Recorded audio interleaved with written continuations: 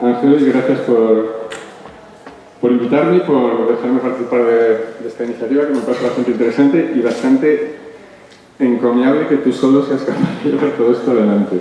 O sea que enhorabuena para ti. Y ¿me oís todos si hablo sin el micrófono o me oís regular? Regular. Vale, pues me acostumbraré a estar con el micrófono. Yo investigo fundamentalmente cómo el cerebro construye una imagen interna del mundo que nos rodea que es útil para controlar nuestro comportamiento. Y es fundamentalmente la naturaleza visual de esa imagen la que ha motivado la mayor parte de nuestro trabajo. Pero en los últimos años estamos desviándonos un poquito de aspectos tan básicos de procesamiento de información y estamos intentando tocar aspectos de mayor rango cognitivo, en concreto toma de decisiones morales. Entonces lo que voy a hacer es intentar ligar las dos cosas de mi trabajo. Ahora mismo en el laboratorio se siguen exactamente esas dos líneas y voy a intentar ligarlas en un concepto único porque me parece que explica muy bien el cerebro, este órgano tan complejo del que nos vanagloriamos, sobre todo los neurocientíficos, en realidad es capaz de hacer muy poquitas cosas y las hace siempre igual. Y esto es muy interesante. Os puedo decir que mi interés en la neurociencia visual, yo no empecé haciendo la tesis de neurociencia visual, pero decidí cambiarme después de metabolizar esta frase de esta película, que siempre me pareció muy absurda. Y es en la que está Chico, no es Groucho Marx, es Chico Marx está diciendo a Madeleine Dumont, disfrazado de Groucho, ¿a quién va usted a creer? ¿A mí o a sus propios ojos? Esta frase tan absurda se toma así porque uno pone toda su confianza, ponemos toda nuestra confianza en la información que llega a través de nuestros ojos. La tomamos, pero a rajatabla. Y ante cualquier otro pedazo de información, lo que hacemos es descartar aquello que no es visual. Esto es así normalmente, prácticamente en todas las facetas de nuestro comportamiento. Y sin embargo, para el cerebro tiene exactamente el mismo valor lo que él diga que lo que ella vea. Y eso es algo que voy a intentar trabajar con vosotros ahora mismo. Esto es así porque el sistema visual no transmite una imagen fiel del mundo. Y aquí podemos empezar a discutir dos cosas. Una es confianza y otra, esas cosas que podemos discutir, es información. ¿Qué entiendo por confianza y qué entendemos por información? Y me gustaría lanzaros una pregunta que quiero que contestéis. ¿Creéis que puedo fiarme de la imagen mental que me construyo para entender el mundo fielmente? ¿Sí o no? Los que digáis que no, levantad la mano ahora mismo. Los que digáis que sí, a ver si hay alguno. ¿Hay alguno que diga que sí o el resto de los que no os queréis pronunciar? Vale, no hay nadie que diga que sí ahora mismo. Esto es muy, muy interesante. Voy a seguir haciendo esta pregunta a posteriori y veremos si alguno de vosotros cambia o no. Muy bien. ¿Por qué digo que el cerebro no construye una imagen fiel del mundo? Bueno, hay varias razones para ello. La primera es esta, es una que nosotros denominamos el problema inverso de la visión, que es como una suerte de pecado original. Todo empieza mal ya para el principio. El cerebro no tiene acceso directamente al mundo. Todo lo que el cerebro ve es la imagen que el mundo proyecta en dos dimensiones. Y fijaros en esta escultura de Tim Knowles y Sue Webster.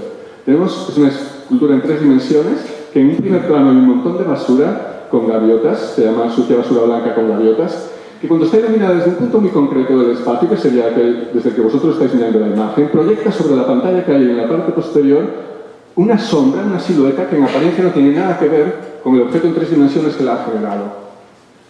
Este problema, esta ambigüedad entre objeto y proyección, es a la que se tiene que enfrentar el cerebro constantemente, porque todo a lo que tiene acceso el cerebro es a la imagen que el mundo proyecta en dos dimensiones sobre nuestras retinas. ¿Y cómo resolvemos esta incongruencia, que es matemáticamente irresoluble?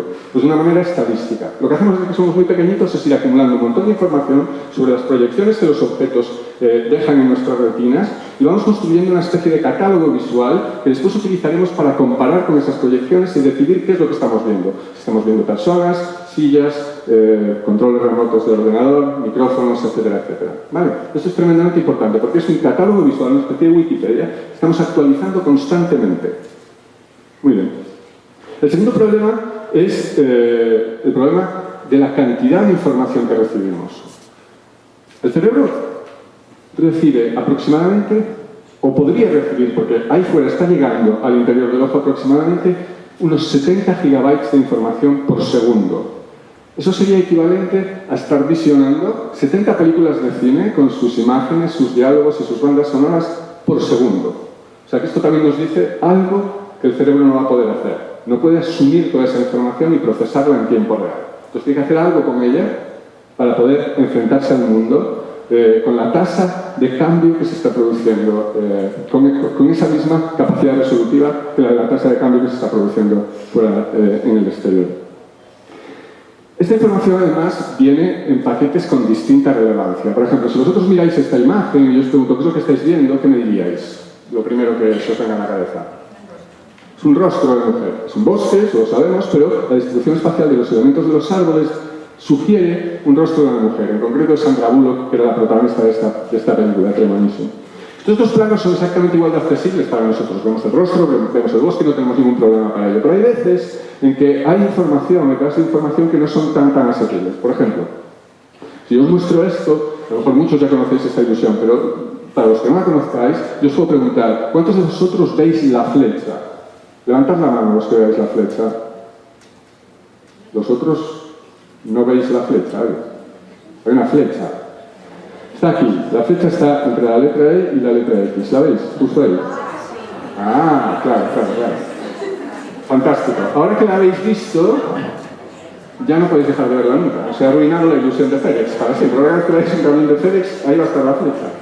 No es simplemente una cuestión de que el contorno de las letras dé forma a esa silueta de una flecha. Es algo que han buscado los publicistas de FedEx y la razón por la que lo buscaron ellos, cierto o no, es porque creen que colocar una flecha ahí transmite una idea de fiabilidad, de rapidez, confianza en la compañía de nuevo. ¿Por qué digo que esto es buscado? Bueno, lo sé que es buscado, pero además es que lo utilizan en todos los idiomas en los que trabajan. Si veis otra imagen de otra furgoneta de FedEx, ahora la flecha es tremendamente obvia. ¿Cuántos de vosotros habláis árabe? ¿Ninguno? Vale. Si os hubiera puesto esta imagen primero, todos veríais la flecha, porque es lo único que transmite información comprensible para vosotros de esta imagen. Aquí, sin embargo, la flecha es fondo, porque lo que transmite información son las letras. Y dejáis de verlo, el fondo no lo procesamos, nos da igual. Esta es una manera muy eficaz de filtrar información. Pero es que además hay más cosas, o sea, hay información con la que somos buenísimos procesándola, por ejemplo, detectando caras y los rasgos de una cara, ahí somos muy buenos, y otra información en la que somos malísimos procesándola. Por ejemplo, si os dijera, ¿cuál es la raíz cuadrada de 328.540? A ver, la mayor parte de vosotros tardaría un poquito más que esto en poder calcularlo, ¿no? Pues un ordenador funciona exactamente al contrario. A un ordenador le pones esa operación matemática que hace en una fracción de segundo, le mandas que discrimine caras y le cuesta muchísimo más.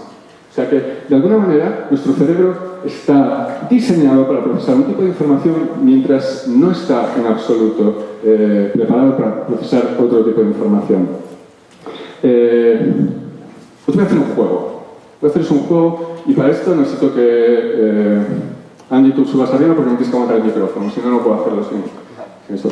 Y es para que os deis cuenta de que esto que parecía tan obvio de la raíz cuadrada y todo esto, no es tan sencillo. Yo puedo daros información que es muy simple y sois prácticamente incapaces de seguirla, ¿vale? Entonces, voy a hacer un juego, coge el micrófono. El juego es un juego de adivinación, ¿vale? Se trata de un juego de magia y yo voy a intentar adivinar algo. Quiero que hagáis esto, que alarguéis el brazo derecho y coloquéis la mano así con la palma mirando hacia vosotros, que coloquéis el índice de la otra mano en el meñique. Y se va a tratar de que yo dé unas instrucciones para que vosotros os mováis de un dedo a otro, ¿vale? Hay un par de reglas. Cuando yo os diga, por ejemplo, moveros 3 posiciones, podéis moveros siempre que sea a un dedo contiguo esas 3 posiciones. También podéis cambiar de dirección, podríais hacer 1, 2, 3. Pero lo que no podéis hacer es, si llegáis a un extremo, iros al otro extremo, ¿vale? Tenéis que dar la vuelta. Por ejemplo, si os dijera, moveros 3 a la izquierda, tendríais que hacer 1, 2, 3. ¿Vale?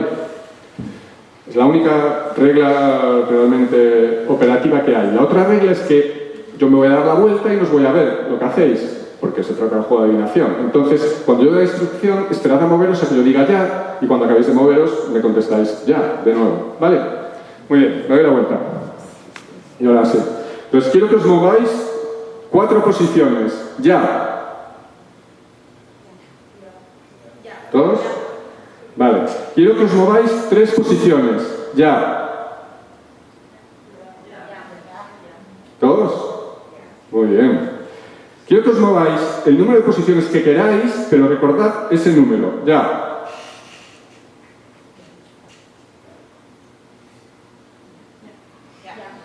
¿Hay alguno moviéndose en 1920 o algo así o no? Vale. Todos, ya. Quiero que os volváis a mover ese mismo número de posiciones que os habíais movido. Ya. Ok. Como oigo más chicas, ahora los chicos no hagáis nada. Las chicas moveros 2 a la derecha. Ya. Recordad lo de llegar al final y eso. ¿Ya? Vale. Ahora todos, chicos y chicas, 2 a la derecha de nuevo. Ya. ¿Ya? Ahora todos, 1 a la izquierda. Ya. ¿Ya? Ahora todos dejad ese dedo arriba y bajad los otros. Ha funcionado, ¿no? O sea, no os ha gustado nada el juego este. Vale. Pues así de malos somos procesando información. La tenéis toda ahí y es difícil saber cómo ha funcionado. La historia entonces se convierte en una historia por filtrar información, por quedarnos solo con aquella que es relevante para entender el mundo. La manera de filtrar información, pues la hay muy variada. Hay una manera muy útil que es ya eliminarla desde el principio. Este es un fenómeno que todos conocéis, es un fenómeno de adaptación. Lo único que quiero es que rápidamente lo experimentéis. Veis unos puntos de colores aquí alrededor y una cruz central. Mirad directamente si mueven los ojos a la cruz central y experimentad lo que pasa con los puntos de colores. No mueves los ojos de la cruz central. ¿Qué pasa con ellos? Desaparecen. ¿Desaparecen por qué? Pues porque al no mover los ojos lo que están haciendo es estimular continuamente los mismos fotorreceptores y estos adaptan y la respuesta cesa. Ya no se envía ninguna información al cerebro. El cerebro está fundamentalmente interesado en aquello que cambia, en cosas que están dinámicamente alterándose en el mundo que nos rodea. Por ejemplo, no es un atributo únicamente visual. Si yo os dijera, ¿cuántos de vosotros notáis los zapatos? Hasta que yo lo dije, no notabais los zapatos. Ahora movéis los dedos de los pies y los zapatos están ahí, claro. Están ahí desde siempre. Desde esta mañana, por lo menos. Hay otras maneras de silenciar información. Y esta es también muy útil. Vais a ver aquí. Creo que funciona. A ver. Si hago esto, no. Vale, si hago esto. No, pero si hago esto, sí. Vais a ver un vídeo en el que veis puntos de colores que van a empezar a flashear. Esto va a empezar a rotar todo el círculo de puntos de colores y ahí dejaréis de verlos flashear si estáis mirando justo al centro. Si estáis mirando los puntos de colores, seguiréis viéndolos. Experimentadlo ahora. Mirad al centro, ahora están cambiando de forma, no de color, y sin apartar la vista del punto blanco, no los veréis cambiar cuando roten. Ahora se van a convertir en puntos que van a cambiar de luminancia. De nuevo, mirad al centro. Y cuando roten no los veréis cambiar de luminancia, pero siguen cambiando. Podéis mirar directamente a uno de los puntos solo y cuando rote veréis que sigue cambiando al rotar. ¿Vale? Esto es una manera muy útil también de filtrar información, porque predefine que hay información que tiene más relevancia comportamental para nosotros que otra. Y esto lo utilizan también mucho los magos. Si veis a un mago, cuando tiene que hacer alguna maniobra de precipitación, manipular algo en los dedos, suele acompañarlo de un movimiento de arco de alta amplitud. Y así nosotros vamos a ver, va a capturar muchísima atención este movimiento amplio, mientras que el movimiento fino de los dedos va a pasar completamente desapercibido. ¿Vale? Y esta es la explicación científica. Tardamos un poquito más que los magos, esto lo saben desde hace unos 3.000 años, nosotros esto es de 2005. Otra manera de filtrar información está basada en que nuestro sensor, nuestra retina, no es simétrica, como podría ser el sensor de una cámara digital. Los píxeles, el mapa de píxeles de nuestra retina es muy diferente en el centro de la periferia. En el centro tenemos las células con mayor resolución, que son estas células pequeñitas que se llaman células beta, parvocelulares, bueno, tienen distintos nombres. y que tienen campos receptores muy pequeñitos y permiten ver el detalle fino de la imagen, mientras que en la periferia lo que tenemos son estas células grandes, que tienen campos receptores grandes y no permiten ver los detalles de la imagen, formales, finos, pero sí detectar muy bien otras facetas visuales, como por ejemplo movimiento o también relaciones contextuales en la escena. Bueno, pues para que veáis la diferencia entre la visión central y la visión periférica, quiero que hagáis esto, alargar el brazo y mirad directamente a la uña del dedo pulgar. Aproximadamente cubre un centímetro, tiene un centímetro de lado y cubre 1 grado de ángulo visual, aproximadamente. Esa es la única parte de todo el campo visual en la que veis bien. Si no tuvieseis la fobia, o sea, la que representa esta uña en vuestra retina, todos seríais declarados legalmente ciegos, de lo mal que veis en la periferia. Y para verlo, dejad el brazo así y alargad el otro brazo hacia el lado, intentad no sacarle un dedo al lado, un dedo, un ojo, quiero decir, y acercad vuestro brazo hacia el dedo y veréis que no veis los detalles de la otra mano hasta que no estéis prácticamente encima de la uña. Apartaros la uña, ¿vale? Así de mal veis. ¿Por qué no tenemos esa sensación de que vemos tan mal? Porque estamos haciendo un juego continuamente que es el de rellenado. Se llama rellenado hacia afuera, o filling out en inglés, pero bueno, rellenado hacia afuera creo que es una traducción decente. Y aquí podéis experimentarla. ¿Qué es lo que estáis viendo aquí? Una rejilla que está desorganizada en los lados, ¿no? Está muy bien organizada en el centro y muy desorganizada en los lados. Lo que quiero que hagáis es que miréis, si movéis los ojos a una posición de la rejilla central, algo como esto de aquí, sin mover los ojos me digáis qué pasa con la rejilla. Se arregla. Se arregla porque interpretamos que esta estimulación es coherente. Vemos tan mal con la periferia que como esta estimulación es coherente con lo que hay en el centro, simplemente lo rellenamos. Directamente dejamos de procesarlo, eso ahorra mucho tiempo y mucho consumo metabólico. Y lo que estamos haciendo es interpretar que es todo exactamente lo mismo, simplemente porque es congruente. Esto lleva a algo tremendamente interesante, y es que cuando yo veo una imagen como esta, que es el Madison Square Garden en Nueva York, yo realmente no la veo así. Yo la veo fraccionada en el espacio. Primero, focalizo la visión aquí en un punto que ha llamado mi atención, por lo que sea, que es este cartel luminoso, y después establezco una hipótesis sobre qué es lo que hay en toda esta otra parte de mi campo visual que está en una sombra de muy bajita resolución. Y para confirmarla lo que hago es mover los ojos a un movimiento sacádico amplio, que va ahora a esta furgoneta, y va muy bien una furgoneta, después a este otro cartel, después a esta persona que va por la calle, y así sucesivamente. Y así voy recomponiendo la imagen, poco a poco.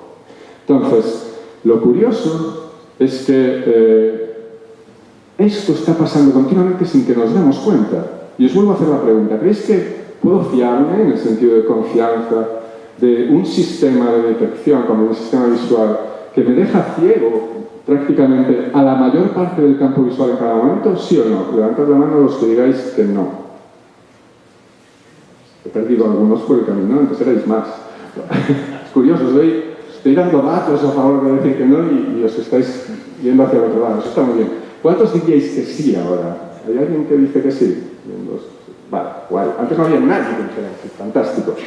Pero no solo eso, hay cosas todavía peores, y es que durante todo este trayecto, que se llama movimiento sacádico, estoy literalmente desconectado del mundo exterior. Es decir, no estoy procesando ninguna información visual, por lo tanto, estoy ciego al mundo también. Y produzco 3 de estos movimientos por segundo, de distintas amplitudes, pero 3 por segundo, con lo que estoy ciego alrededor de entre 150 y 300 milisegundos por movimiento. Si extrapolo todo esto a mi experiencia de vigilia de un día en el que duerma 8 horas, no son muchos, estaría ciego 4 de esas 16 horas. Literalmente desconectado visualmente del mundo. 4 horas, ciego. Si cuento los parpadeos, que parpadeo una vez cada 5 segundos, 20 minutos más.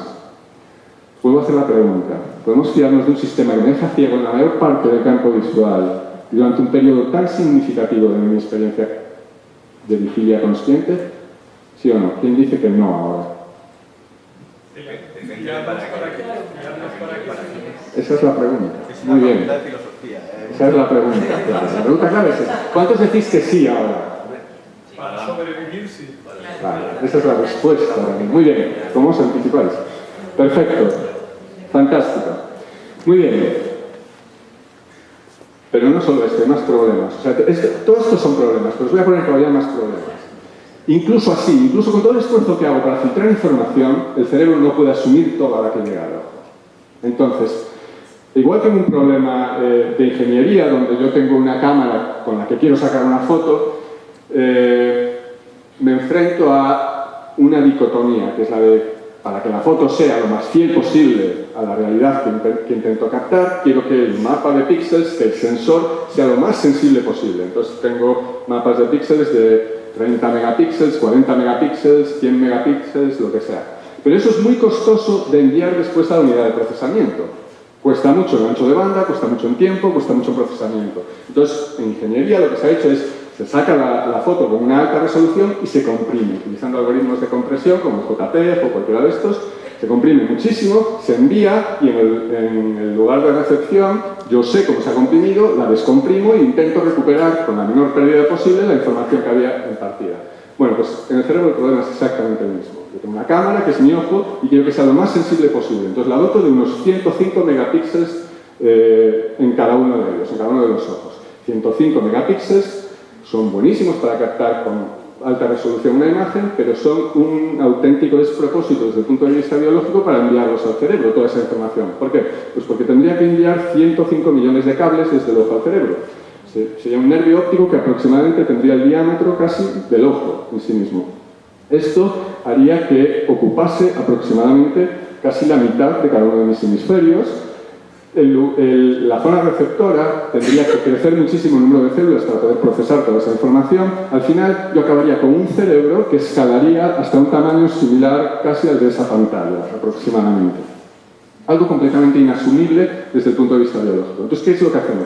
Pues exactamente lo mismo. Comprimimos muchísimo la información, pasamos de 105 megapíxeles a únicamente un megapíxel es toda la información que el ojo envía al cerebro en cada momento determinado. Tenemos solo 1 millón de fibras en nuestro nervio óptico y después la descomprimimos en el lugar de recepción en el cerebro, que es el núcleo geniculado lateral del tálamo. Entonces lo que pasa es algo así. Tenemos un sensor muy denso, comprimimos un par de órdenes de magnitud en la salida del ojo, son las células retinoganglionares, y esto lo tenemos que llevar al núcleo geniculado lateral del tálamo, que es el primero que recibe la información del cerebro, y tenemos que conectarlo de alguna manera para recuperar la información. Tenemos que hacer exactamente lo mismo que hacen los ingenieros. ¿Cuál es el algoritmo de descompresión, entonces, que utilizo?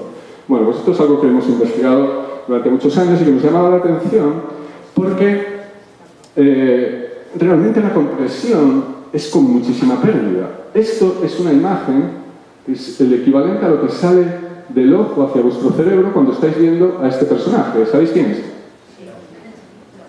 Charles Chaplin, ¿no? Todos lo sabéis. Y si sabéis por qué sabéis que es Charles Chaplin, ya sabéis cómo vemos. ¿Sabéis por qué sabéis que es Charles Chaplin? No, todavía, vale. Después llegamos. Bueno, lo que hacemos es algo muy parecido a lo que se hace también en los algoritmos de compresión de ingeniería. Y voy a ir súper rápido. Si alguien quiere conocer detalles, los podemos hablar después, pero ya lo hemos publicado, entonces voy a ir rapidísimo. Es básicamente por interpolación. Cogemos y de manera aleatoria, de manera random, distribuimos la información que hay en cada una de estas unidades alrededor de las células o entre las células de la capa receptora en el cerebro.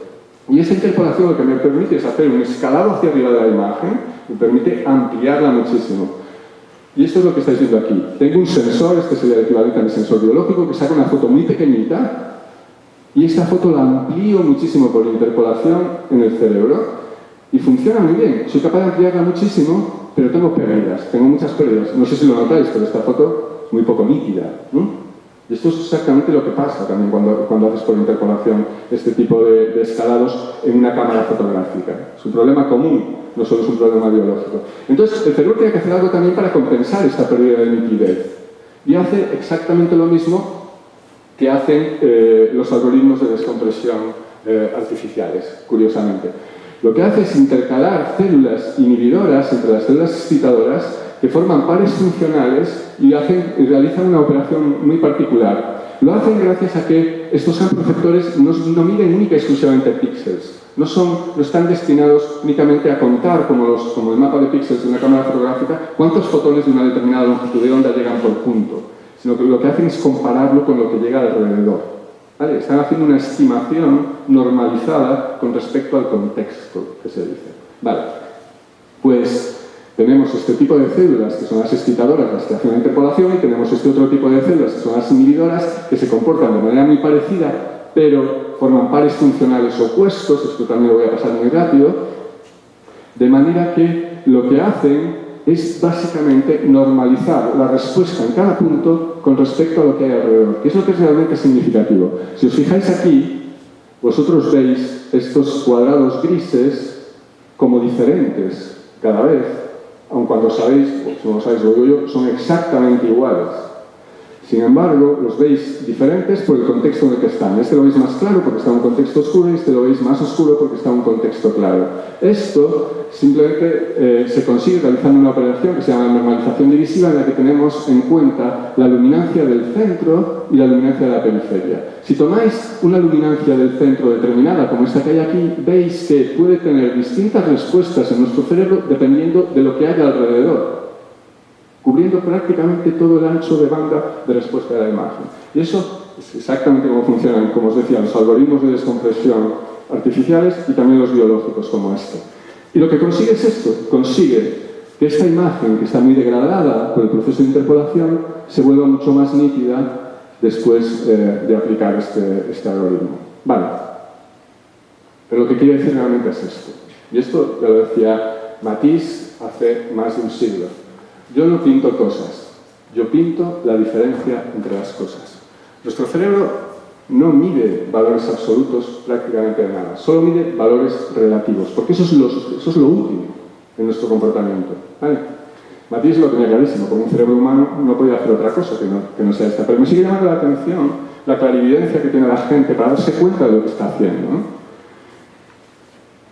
Esto pasa en todo, esto de hacer las cosas de manera relativa y no absoluta no es exclusivo de la luminancia ni del color, pasa también con el tamaño. Vosotros, si os pregunto cuál de estos dos discos centrales os parece más grande, casi todos me diríais que este que está aquí, y es porque está en un contexto de círculos pequeños, mientras que este os parece más pequeño porque está en un contexto de círculos más grandes. Estamos normalizando las cosas en función de lo que hay alrededor. Esto en filosofía, por cierto, hay una corriente, no sé decir corriente, escuela, secta, ya no sé cómo llamarlo estas cosas, se llama contrastivismo y que, mejor que yo lo sabréis, pero que determina que para poder definir algo o saber cuánto hay de algo, no solo tengo que saber eso, sino que tengo que saber además cuánto hay de lo opuesto a eso.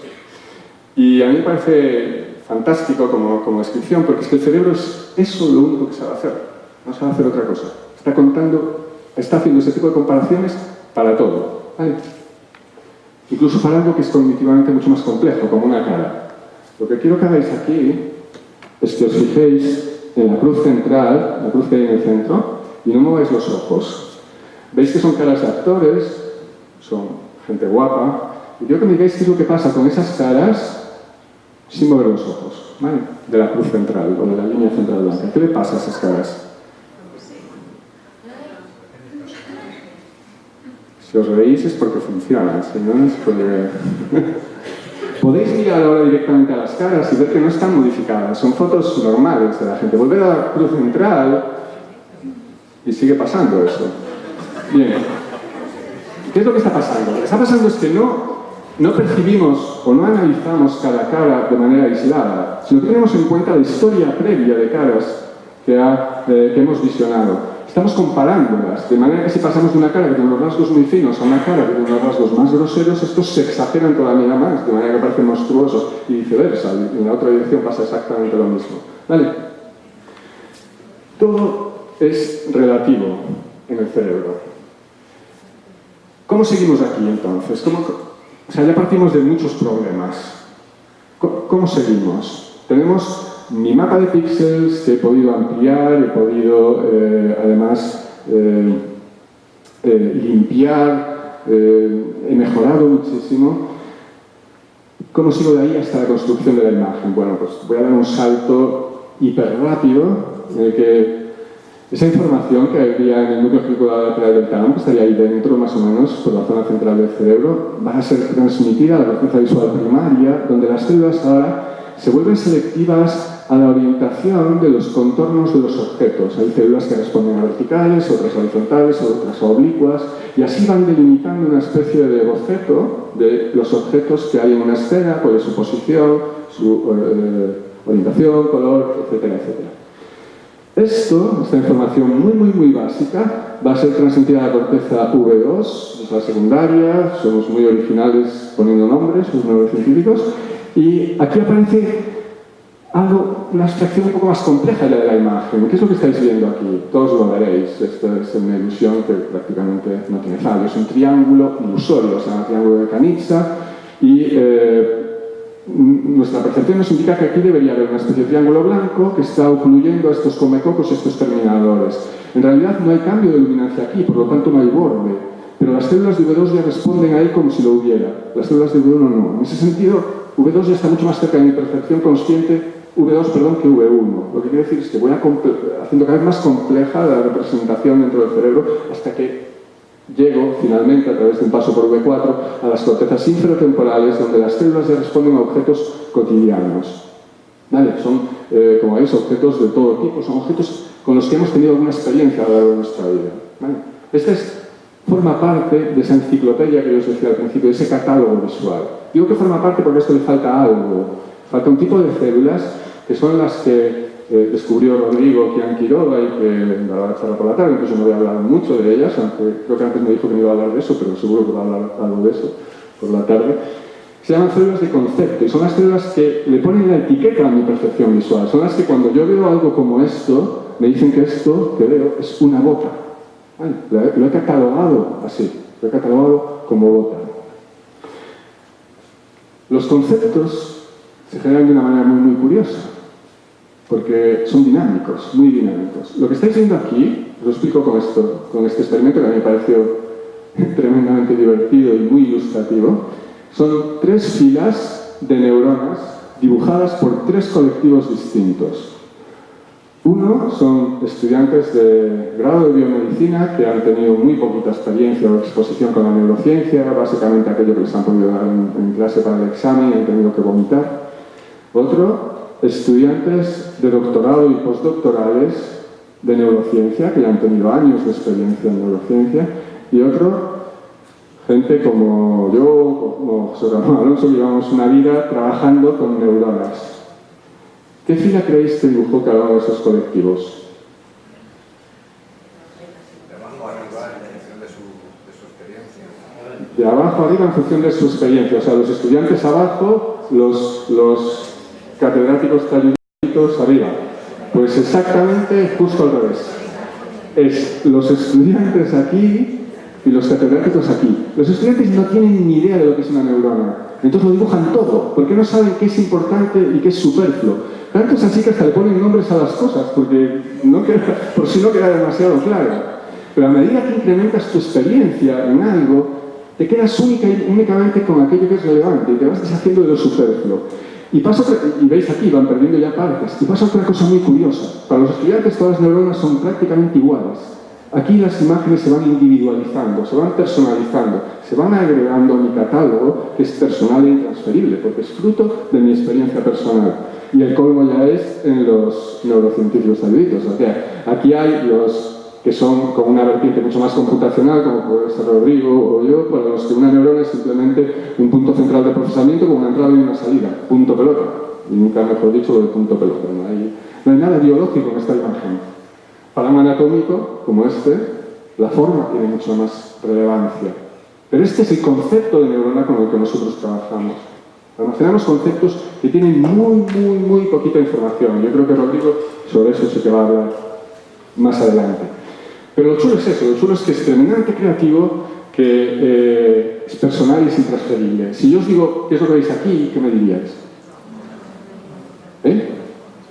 Un conejo, ¿no? Esto es más o menos solo, es una obra de un pintor gallego que me encanta, que es Gil Matamoro. Pero si os pongo esto, que es otra obra de él, ¿qué me diríais que es?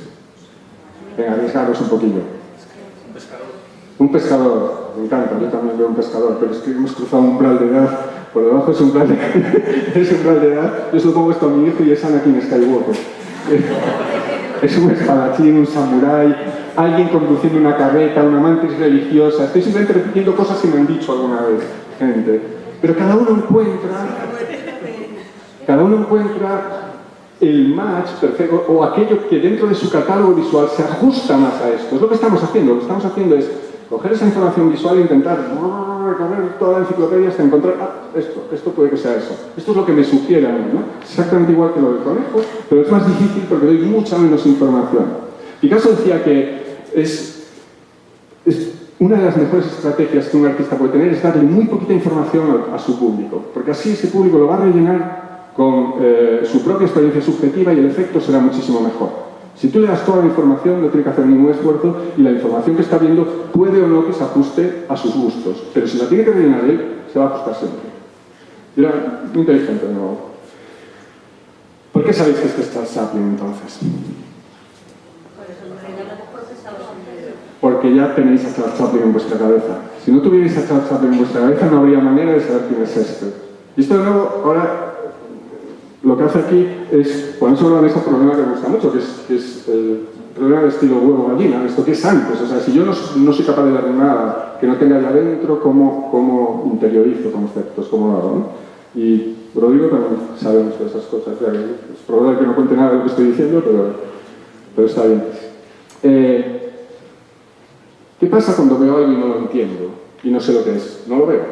Entonces, ¿cuántos conocéis esta ilusión? Los que la conozcáis, no digáis nada a nadie, pero levantad la mano. ¿Cuántos sois los que conocéis esta ilusión? Bueno, no sois muchos. Los demás, ¿qué es lo que veis ahí? Si lo sabéis, no lo digáis, porque le arruináis la experiencia a los demás, pero... ¿Sabéis lo que veis? ¿O estáis intentando... o es obvio para vosotros? ¿Es obvio lo que hay ahí? No. Vale, haced un esfuercillo entonces. Una catarata. Una catarata, vale. No. Vale, bien. Es una vaca. Es una vaca, ¿vale? Ahora la veis todos ya. ¿Veis la vaca? ¿Todos? ¿Quiénes veis la vaca? Levantad la mano. Todavía pocos, ¿eh? Es una vaca, ¿la veis? Orejas, cuernos, orejas, ojos, el morro de la vaca, esto sería el cuerpo. ¿Ahora la veis todos? ¿Más o menos? Ahora la veis, la vaca, ¿no? ¿Qué pasará? Pues eso es lo que pasa cuando no entendéis algo. Estáis viéndolo, vais sobre vuestra biblioteca y no aparece nada que haga Max con esto. Eso es lo que está pasando, ¿vale? Y ahora ya está. Ahora también se ha arruinado la ilusión de la vaca, porque es muy bonito. Ahora ya siempre vais a ver la vaca. Porque ya está en vuestra cabeza la solución, ¿vale? Este, ¿lo conocéis muchos? Es el mismo fenómeno. Era por si pongo los dos porque suele funcionar que uno conoce uno pero no al otro. Bueno, ¿todos veis la piedra que está en la grieta del muro? Esta piedra pequeñita, encajada ahí en la grieta del muro. ¿La veis todos? ¿Sí o no? ¿Sí? Es una vaca. Es una vaca.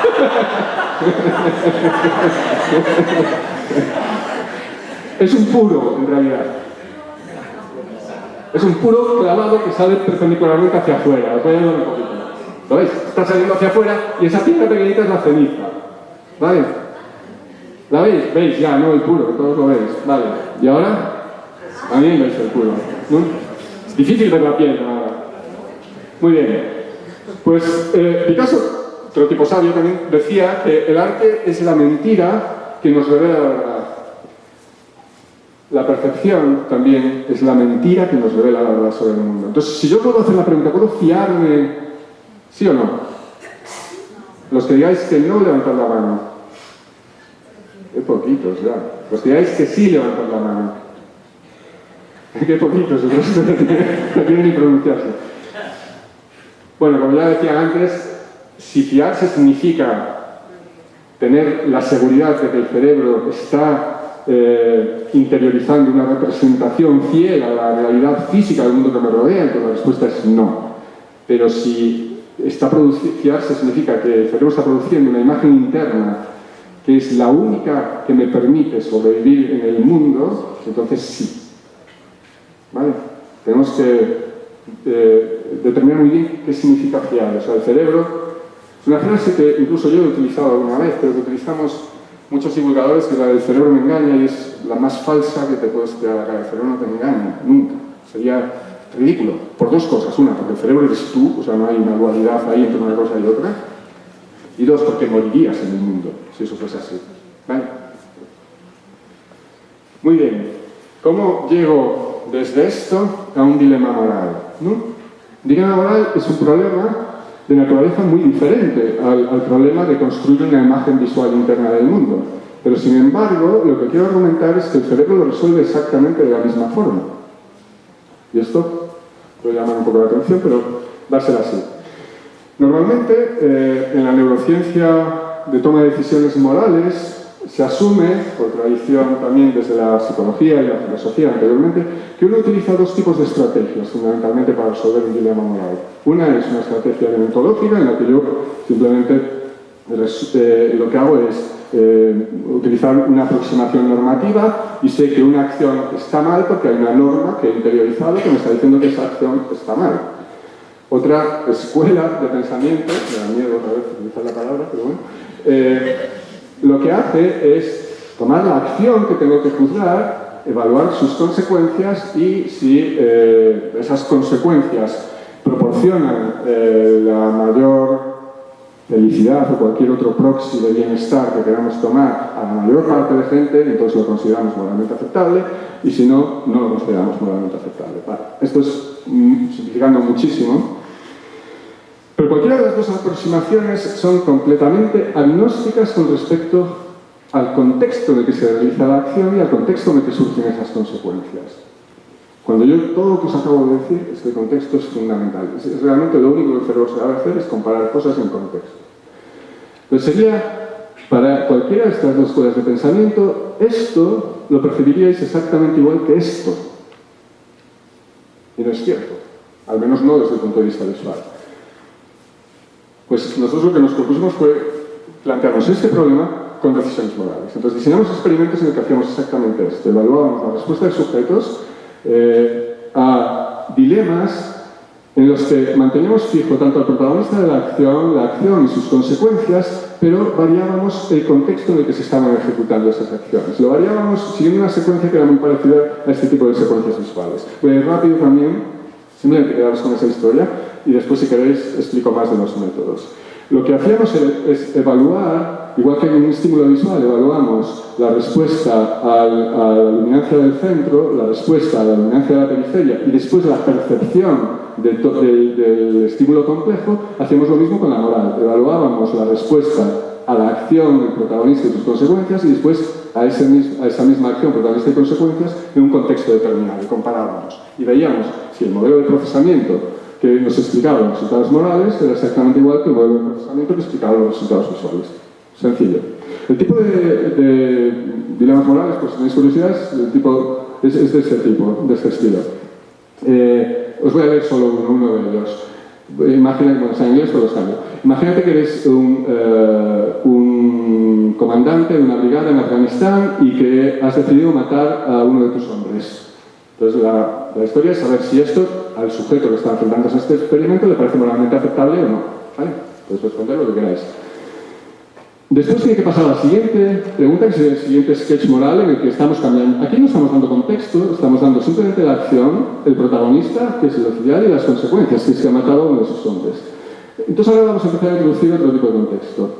Y es que la base ha sido atacada recientemente por rebeldes y el soldado al que has matado estaba herido de gravedad. ¿Vale? Lo mismo, responder, ¿os parece moralmente aceptable o no? Siguiente, el soldado al que has matado no habría sido capaz de escapar y los rebeldes se estaban aproximando. Siguiente, si los rebeldes lo hubieran encontrado vivo, habría una probabilidad de un 75% de que lo hubieran torturado gravemente hasta la muerte. ¿Vale? O sea, lo que tienes que juzgar es que es moralmente aceptable que el comandante haya matado a ese soldado. Lo que estamos haciendo es cambiarte el contexto en el que esa acción se ha producido y sus consecuencias. Vale, el experimento va tal que así, el sujeto está enfrentado a la pantalla del ordenador, está recibiendo esas instrucciones y tiene que responder si es moralmente aceptable, sí, o si no es moralmente aceptable, no. Con un ratón, estamos monitorizando sus movimientos oculares, estamos sabiendo muchísimas cosas de su fisiología, podemos estimar cosas como el afecto, respuestas, etcétera. Bueno, esto es parte del protocolo experimental que utilizamos. Y lo que vemos es que, en ausencia de contexto, tiene una respuesta que es siempre la misma, porque obviamente el protagonista, la acción y las consecuencias son siempre las mismas sin contexto, pero en presencia de contexto la respuesta se modula muchísimo. ¿Vale? Esto es para uno de esos dilemas. Y la manera de transformar esta respuesta al centro en presencia de los distintos contextos es la siguiente. Si yo lo que hago es plotear la respuesta al centro de los distintos dilemas que tengo con respecto a la probabilidad de aceptar la acción como moralmente, o sea, de aceptar moralmente la acción que se representa, veo que no hay ninguna correlación. Solo el centro no correlaciona para nada. Quiere decir que se está modulando por algún factor que no estoy teniendo en cuenta aquí. Y ese factor es el contexto. Cuando pongo el contexto, y aquí en color tenéis los distintos contextos, entonces puedo explicar perfectamente la ruta que va desde el afecto del centro a la aceptabilidad. Que sería igual que en visual, la respuesta que hay al centro modulada por el contexto, mi percepción de la luminancia global. ¿Vale? Y esto me lo explica un modelo que se llama modelo de normalización divisiva, que lineariza el contraste de afecto que hay entre el centro y la periferia, que es exactamente igual al de visual. Estos son datos de visual, estos son datos de moral, es el mismo modelo, exactamente el mismo, y vemos que lineariza a contraste local, en este caso de luminancia y en este caso de afecto. Así que es lo mismo. Da exactamente igual. El cerebro solo sabe funcionar en esta especie de dipolos en las que tú tienes algo que es blanco, negro, bueno, malo, miedo, no miedo. Se han encontrado células como las células visuales OMIO, que son selectivas para transiciones hacia mayor luminancia o transiciones hacia menor luminancia, respectivamente, en la amígdala. Y están formando pares funcionales exactamente igual que los visuales. Y determinan si tengo miedo o no tengo miedo. Hay células que responden a más miedo y células que responden a menos miedo. Y la interacción entre ellas son las que determinan mi sentimiento. Esto se hecho en ratones, claro. Pero funciona, estoy seguro, exactamente igual en todo. Cualquier tipo de información que el cerebro pueda procesar, la va a procesar así. Entonces, si una imagen vale más que 1000 palabras, entonces el contexto vale más que 1.000.000. Pues realmente lo importante que tenemos que determinar siempre es el contexto. Esto es una imagen clásica de Kahneman y este es mi contexto. Para la gente con la que trabajo, tanto en el Instituto de Neurociencias de Alicante como fuera, y os he presentado el trabajo de Sandra Gómez, de Marcos Miguel, de Sergio Molina, que creo que están todos en la audiencia, de Mari Carmen Navarro, de Manuel Molano Mazón. Arturo también está, pero no he presentado nada de él todavía, Salva Sala, y cosas de moral las hemos hecho colaboración con Rodrigo, cosas de visual con Joyce Hirsch y Felix Sommer. Gracias.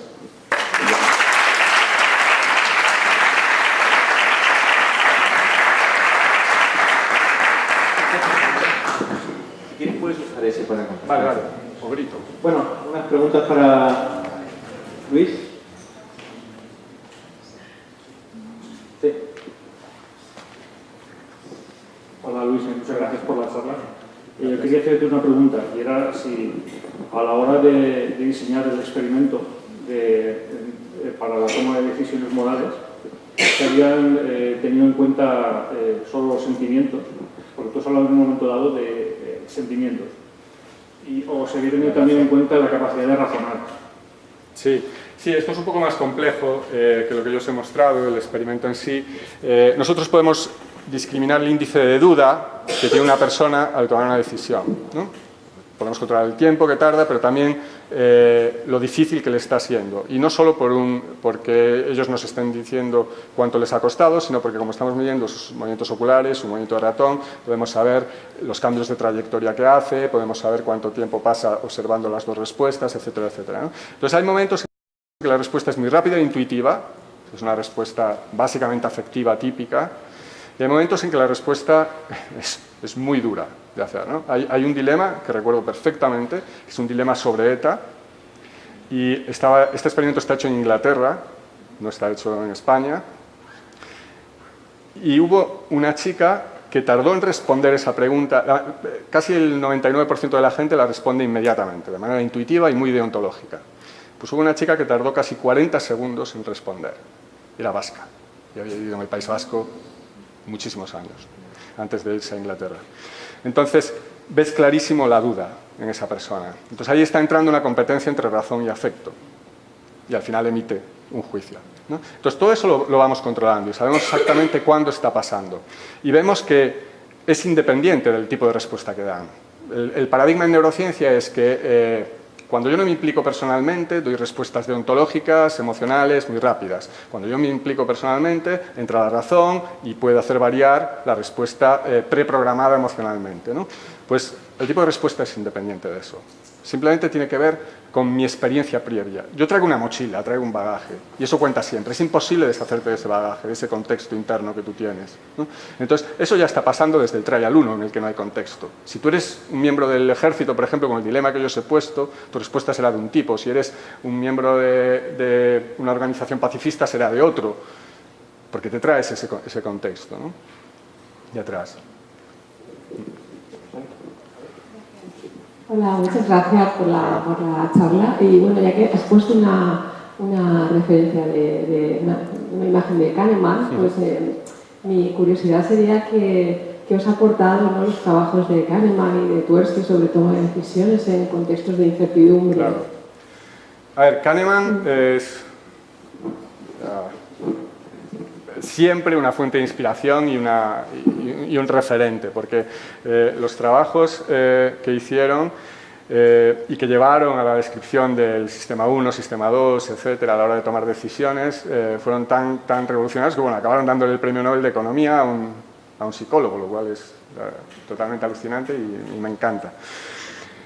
Pero yo creo que en cierto modo están a punto de ser superados ya. O sea, esta dicotomía en sistema 1 emocional, sistema 2 racional, esa competencia entre esos dos sistemas, tiene pobre anclaje en la neuroanatomía de los sistemas implicados en toma de decisiones en el cerebro ahora mismo. No hay, digamos, áreas pura y exclusivamente emocionales que pudieran ser las responsables del sistema 1 o pura y exclusivamente racionales que podrían ser las responsables del sistema 2. Todo está bastante más mezclado que eso. Y después, cuando tú haces un análisis de tiempos de reacción, por ejemplo, en este tipo de dilemas o en otros dilemas, ¿no?, en dilemas más formales como el trolley, footbridge o cualquiera de estos, pero haces un análisis de tiempos de reacción, si hubiera los dos sistemas funcionando, el modelo que mejor podría ajustar esos tiempos de reacción sería un modelo dual, y es un modelo único el que mejor ajusta eso, un modelo de difusión con deriva, único, te explica los tiempos de reacción de los dos tipos de respuesta, etcétera, etcétera. Entonces hay muchas indicaciones ya que nos están indicando que hay que superar un poquito ese modelo dual tal y como ellos lo describieron. Bueno, ellos y otros, ¿no? Pero, porque hay como 5 modelos duales diferentes. Pero hay que repensarlo un poco. Hola. Bueno, muchas gracias por la charla. O sea, es un pasote de charla. Yo tenía algunas preguntas que hacerte con respecto a esto de sobre la neurociencia, la moralidad o alguna cosa así.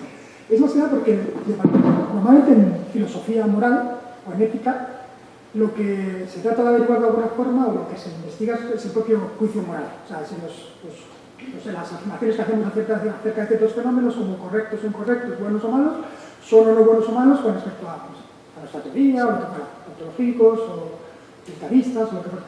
Y este tipo de investigaciones parece que va más bien de algo así como explicar por qué ante ciertas situaciones tomamos ciertas decisiones, decision making, que consideramos que son morales o no. Entonces, estos experimentos se hacen diciéndole al paciente o al sujeto qué es lo que harían en esa situación, o diciéndoles, dada esta decisión, ¿esto es correcto o incorrecto? Sí, nunca le dirías qué es lo que harías tú. Simplemente hay varias maneras de hacer esto. Nosotros lo hacemos en 2 o 3 modalidades diferentes. En una le preguntas si cree que es moralmente aceptable esto que está planteando, ¿no? Y en otra de las versiones del experimento no hablamos de moral nunca le preguntamos por moral y le decimos simplemente cómo de bien te cae el protagonista de esta acción. ¿Te gusta o no te gusta? No hay nada de moral ahí. ¿Y los resultados son los mismos? Sí, correlacionan 1 a 1. Digo, porque ojalá tomáramos decisiones pensando en que son las correctas. Muchas veces tomamos decisiones que sabemos que están mal, pero lo justificamos de forma emocional. Exacto. Yo creo que tomamos las decisiones que hemos aprendido que funcionaban en el pasado. Esas son las decisiones que tomamos, tanto visualmente como moralmente. Porque eso condiciona, en el caso de la moral, cómo nosotros queremos ser vistos también. Y eso es una cuestión de fitness social. No sé si me estoy metiendo por otro vericueto que debería explicar un poco más, pero eso es lo que nosotros creemos. Gracias, muchas gracias, Luis. Ha sido una charla fantástica. Pero me he quedado, no sé si es que no lo he entendido bien o te hago una pregunta a ver si me lo aclaras. Has hablado primero del sistema visual, que has trabajado mucho tiempo y que más o menos conocía algo de lo que habías contado. Y aquí lo que haces es, en el sistema visual estabas planteando el contraste entre el centro del campo visual y el contexto. Sí. ¿Vale? Ahí cuantificabas dominancia o percepción o lo que sea. Eso es fácil de cuantificar. En el caso del dilema moral, tienes una cuantificación que es el número de porcentaje de personas que, no sé el número de los ejes que hay, pero todavía menos sé cómo cuantificas el contexto. Exacto. ¿Entiendes lo que quiero decir? Sí. O el contraste. Exactamente. El contexto es no moral, es un contexto puramente situacional, y lo evaluamos de manera indirecta en función del afecto percibido por el sujeto en las distintas situaciones de contexto. Me explico. El individuo evalúa el estereotipo del protagonista de la acción por separado, o unos individuos, y después otros, o el mismo individuo, evalúa el protagonista en el contexto en el que está. Y a partir de ahí podemos inferir cuál es el valor de cada uno de los contextos. Y después podemos utilizar el estereotipo y el contexto para intentar definir, esto no es nada moral, pero lo utilizamos para correlacionar con otra población que ha hecho la estimación moral de las situaciones. Y funciona exactamente igual.